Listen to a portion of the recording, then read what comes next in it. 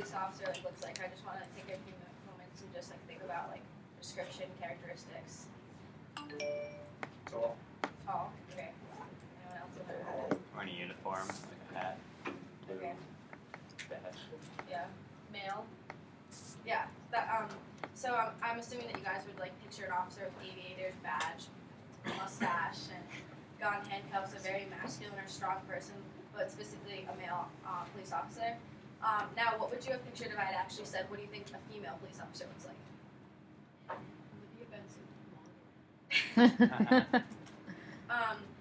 Some of you might assume or think or picture an attractive female with a tight outfit on, looking slutty, kind of like how some women look on Halloween.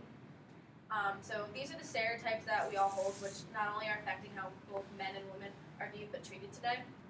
The root of these stereotypes lies with the media. The media displays these stereotypes every day through music, advertisements, television, magazines, and even jobs and leadership roles that they perform.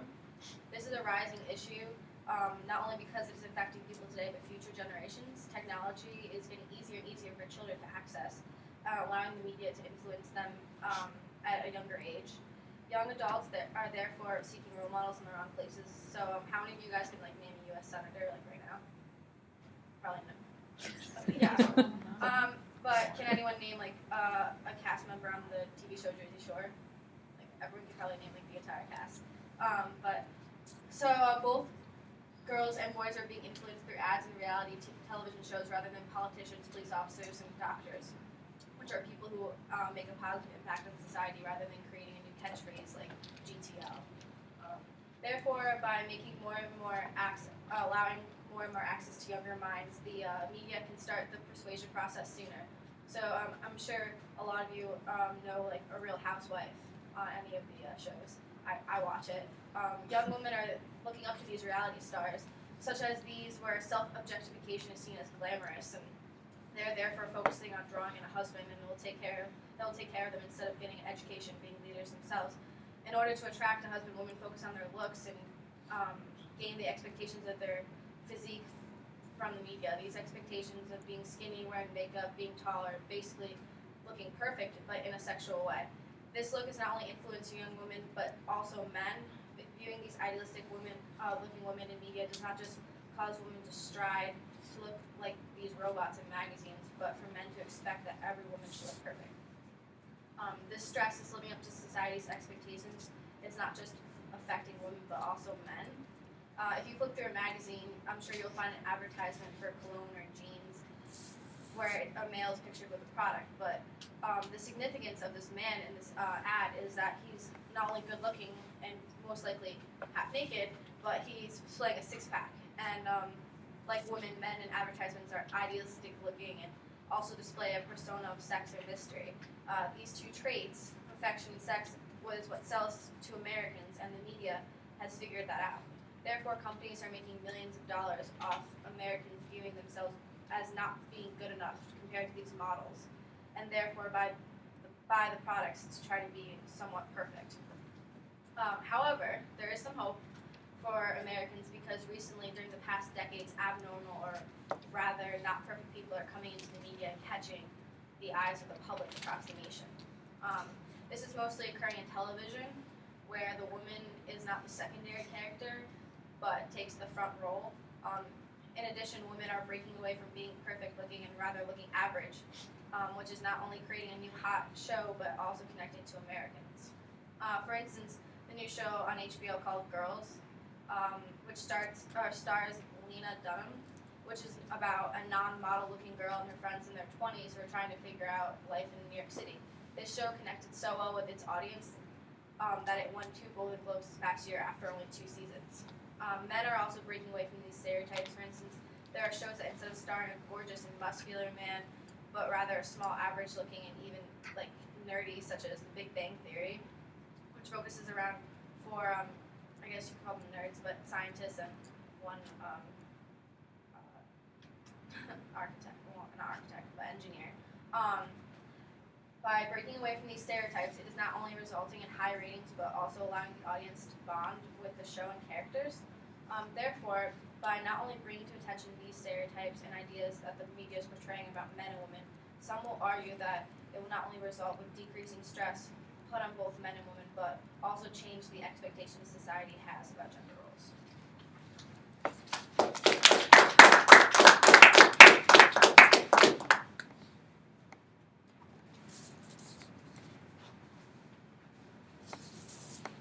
Media influence over America's culture has grown in recent years due to advances in technology. We now live in a society that relies on communication for everything. With smartphones, computers, TVs, and so forth, people have media access in their hands at all times. American teenagers now spend 31 hours a week watching TV, 17 hours a week listening to music, 3 hours watching movies, 4 to read magazines, and 10 to be online. That is close to 10 hours of media consumption a day. Our media is both the message and the messenger, and I fear that this message that media is sending is a dangerous one. If America's youth is getting most of their daily information from media sources, shouldn't we be concerned about what that information is?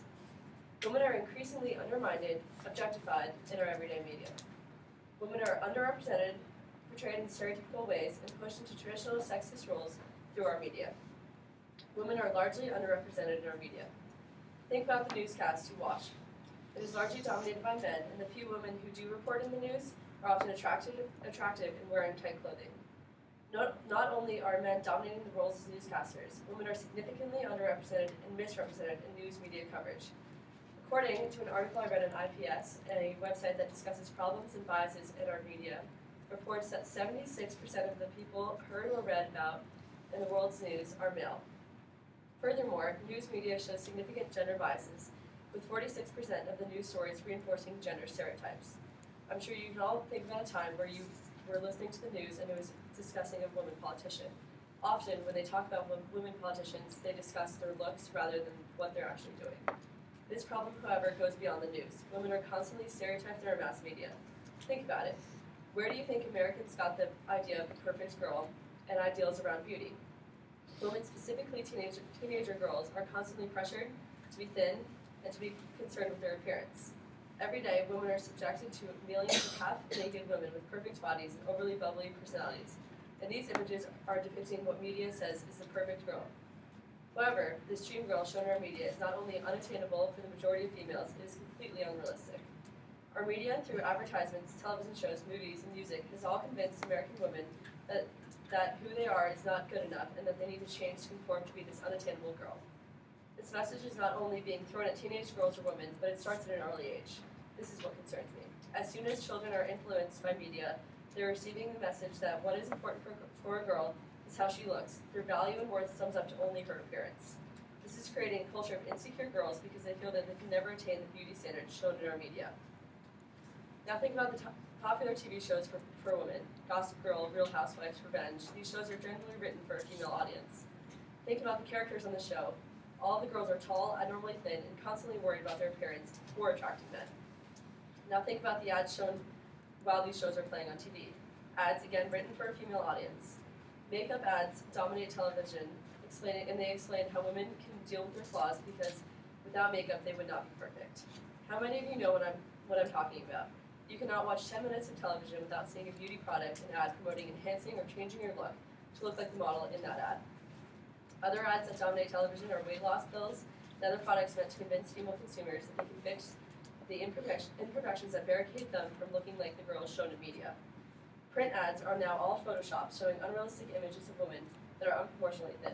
These images are not only furthering this unattainable woman and telling girls that they should be concerned and focused on their appearance. So, where is this leading us? As media becomes more and more an influence in our lives, we need to be concerned about the message it says about women, unless we want a generation of insecure women who feel that they cannot live up to society's expectations. Women should feel empowered by images that they gain through our media. I would like to see women be represented for their brains, drive, and intellect, not their bodies or relations to men. Think how this can change our culture and empower a generation of strong and powerful women. Thank you.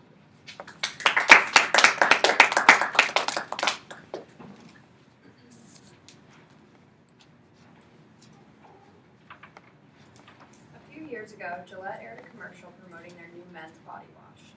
In the ad, a strong, attractive man is using the product in the shower. Despite the lack of talking throughout the 20-second long commercial, The point becomes clear by ending the segment with the well-washed man walking into a business meeting of all women. By emphasizing the actor's chiseled body, attractive features, and most importantly his role as a boss or businessman, the ad joins a slew of many with the same purpose. The expectation that the ideal man is well-dressed, fit, and most importantly successful leads not only men to meet these perfections, but bring women to think that there is a certain type of ideal man as well. As Ella discussed, there are certain standards that are set for women throughout mainstream media. Although this is definitely the case, women are not the only people dealing with these unattainable and unrealistic norms. As you heard in the previous example, men also face a constant battle of overcoming the multiple expectations that the media presents and that society reinforces. By keeping Ella's argument in mind, I would like to address the stereotypes and expectations that the media presents for men. In a recent article published by the Study of Media Literacy, researchers found that men with masculine and attractive traits are those who with lead roles in TV and movies, while the men with less manly and more emotional characteristics are often put in supporting roles. It is often considered taboo to see the more emotional and less masculine man in the lead roles, simply because this is not what our society wants. Because the advertisements and the TV shows are portraying the ideal man to be strong, fearless, and in charge, our expectations have become so normalized, subsequently leaving society to comply with these stereotypes and vice versa. Like women, men are socialized by these commercials and TV shows to act and be a certain way. In order to be accepted into our society, men are expected to fit these images, which by the way are often virtually impossible to meet. It also puts us in a bind. Men are striving to be fearless and in charge, but usually the emotionless and power-obsessive man is not what a woman is looking for. Despite the constant aspiration for perfection, these stereotypes and norms may actually be creating not only an unrealistic society, but also an unwanted one.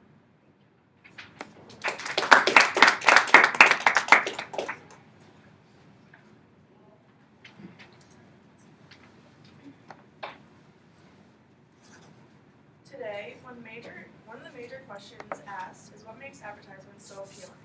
Is it that you are attracted to what you want to buy, or is it that you are attracted to how the product is being sold or promoted?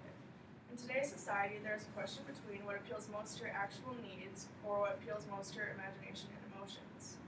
We see in a magazine a woman lying topless over male models who are both only dressed in a pair of jeans.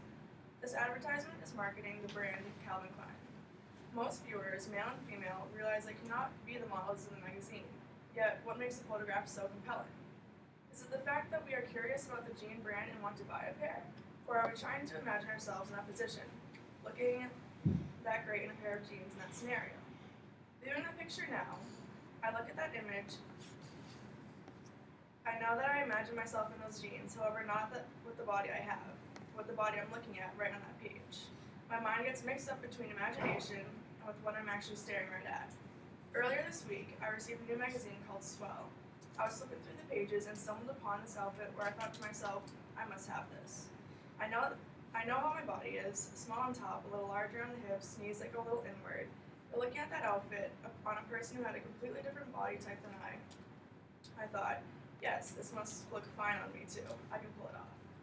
Another situation is when a male is flipping through a magazine and there is a muscular, attractive male model that has a little scruff on his face. Behind him is this vast beach that is covered for as long as one can see with women running after him. After this man is putting on the Axe body spray. Is this viewer interested in the product Axe, or are they interested that maybe this spray will have this effect with women, whether the male is attractive or not?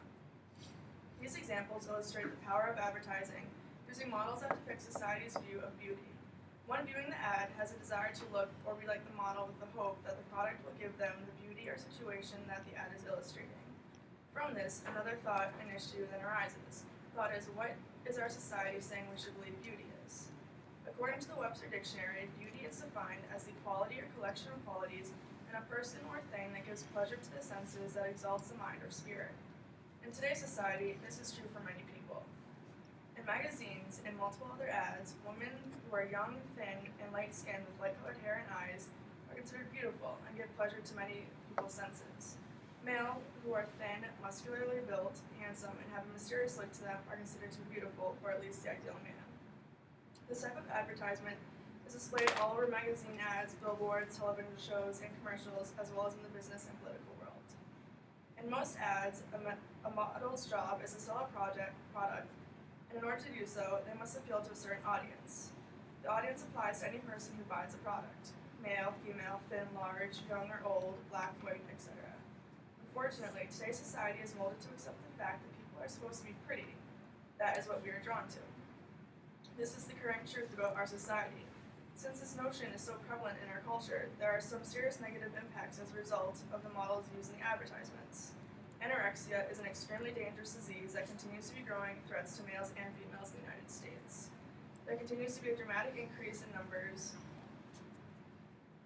While one cannot directly blame advertisements, we can only ask ourselves if this type of people shown constantly selling products have affected our perception of beauty, and how men and women are expected to look in society that values beauty so much. In the United States, up to 24 million people of all ages and genders suffer from an eating disorder. About 95% of these people are reported to have a problem between the ages of 12 and 25.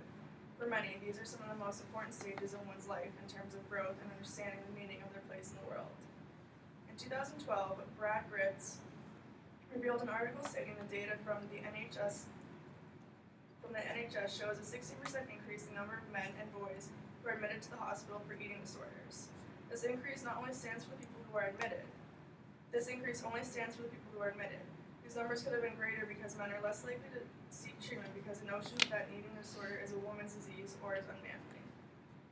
While the female role in advertisements has been studied more by researchers, it is now coming into consideration that males are equally influenced by what is shown in the media. This industry, however, is not making many changes because it is psychologically known that people are drawn to pretty people and pretty things.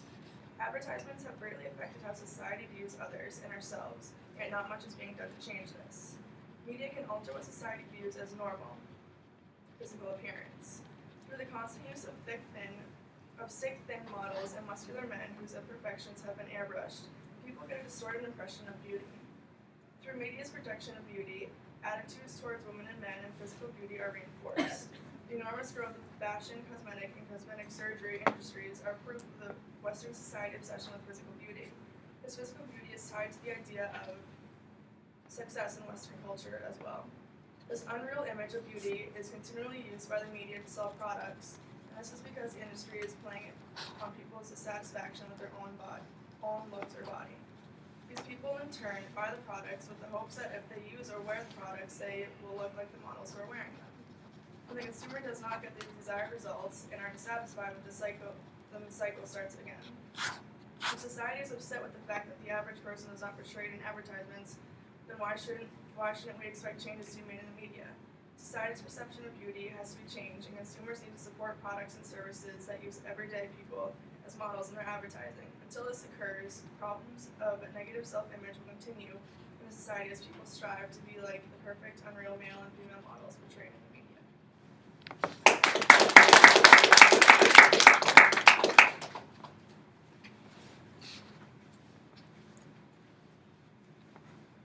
My group has been speaking about how the media is harmful and aggressive, and how there's always an image being portrayed that you need to be younger, prettier, skinnier, stronger, smarter, and funnier. And a lot of the time this is true, but media is constantly changing. It tells us what to buy, how to look, what to watch, and showing us who we should be. However, it has always changed to reflect the times. Media does create stereotypes, but it also promotes change.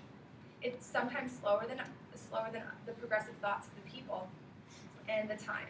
Today I will discuss how it has changed over time by discussing old and current television shows and advertisements, because that's where it's seen most often.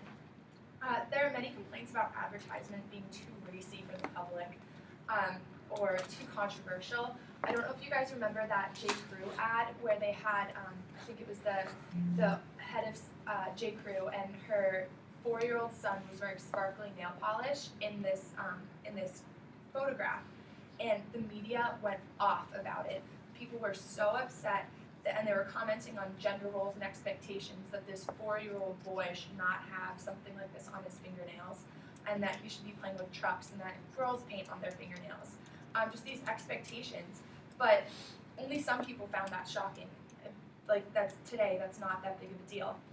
But it's always been the case. Ads have always been shocking, but they change with the time. According to BusinessInsider.com, half a century ago, ads were much more racy. However, it was the norm. It was just what was expected. There were countless ads commenting on the cluelessness of women and the importance of housework that today would make you cringe when you look at them. One advertisement that I found to be quite amusing is a 1950s advertisement showing selling climbing sweaters for men. And it shows 2 strong men on the top of a mountain with a woman with her arm dangling on a rope below. And it says, "Men are better than women. Indoors, women are useful, even pleasant. But on a mountain, they're somewhat of a drag." Now, personally going to this school and having participated in 2 peak weekends, I know that women aren't that big of a drag on a mountain, and that they can outclimb quite a few boys. So I thought that was pretty funny.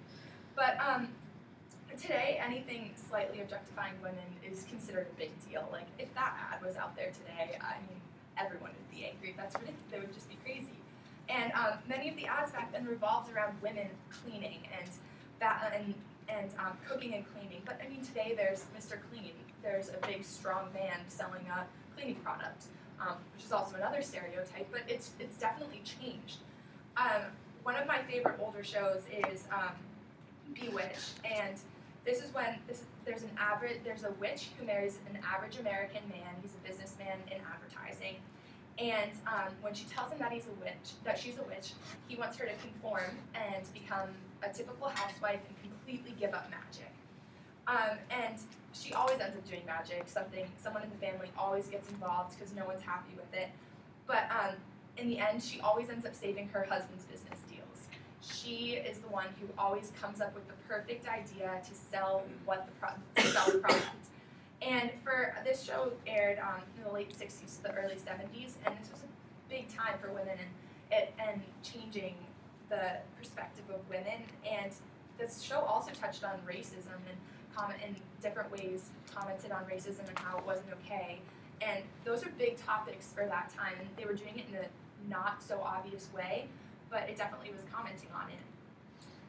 Today, there are ads that show women that like cause insecurities with women, but it also shows ads portraying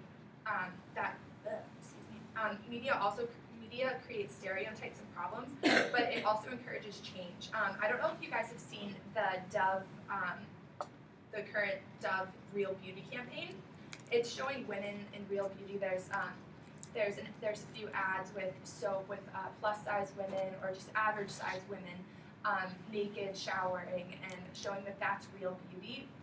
One of the ones that really sticks out to me, I wanted to show it today but it was a little long, is this Real Sketch campaign. And they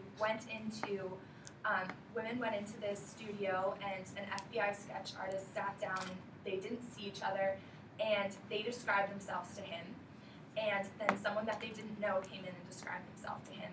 And he came up with 2 very different images, and women were they scrutinized themselves. One woman said that I have a big jaw and my face is really fat, all this type of stuff. And then when they looked at the image that they said that they looked like, and they looked at the image that someone who didn't know them at all, they were shocked, and they liked the image that someone else said better. And it was just really kind of to promote confidence, and that you're women, and that you're beautiful, and you need to overcome this. It's something promoting confidence and beauty and not anxiety about it. The media has set unrealistic expectations in the past, but it's changing. However, it's still setting expectations and stereotypes, but in a more positive light. In the past, men have been cast in like the manly role with like the scrawnier person as the sidekick. But shows like Modern Family, this is it's considered a normal show, and 50 years ago, this would have been like out of this world. It has two gay men that are considered an average American family, and the public completely accepts this. There's a married couple where the woman dominates the relationship. She's the strong, harsh person, and the husband kind of says, "Oh yes, honey, like whatever." And but however, there is in the show, there's still a beautiful woman who's not that bright, but it's changing. Eventually, hopefully, one day that won't happen. But I think we realize that that's not a normal thing. And I don't know, a show that I love is New Girl, where Jess or Zoe Deschanel lives in an apartment with three men, and none of them have it together. She's not cleaning the apartment all the time. She has a job. She's struggling. She's looking for a relationship. She's awkward, and she's become this kind of symbol. And everyone thinks she's beautiful, but she's not this blonde, like busty woman. She has awkward encounters. She makes goofy faces, and they're promoting that average person of what everyone's doing. And as Michaela mentioned before, like girls. So stereotypes will always be present. However, the media is shifting to change that with campaigns like the Dove Real Beauty campaign, and it's just become a more positive thing, and hopefully it will continue to change so there are no more negative stereotypes and expectations. But I do believe it will change, and as the world progresses,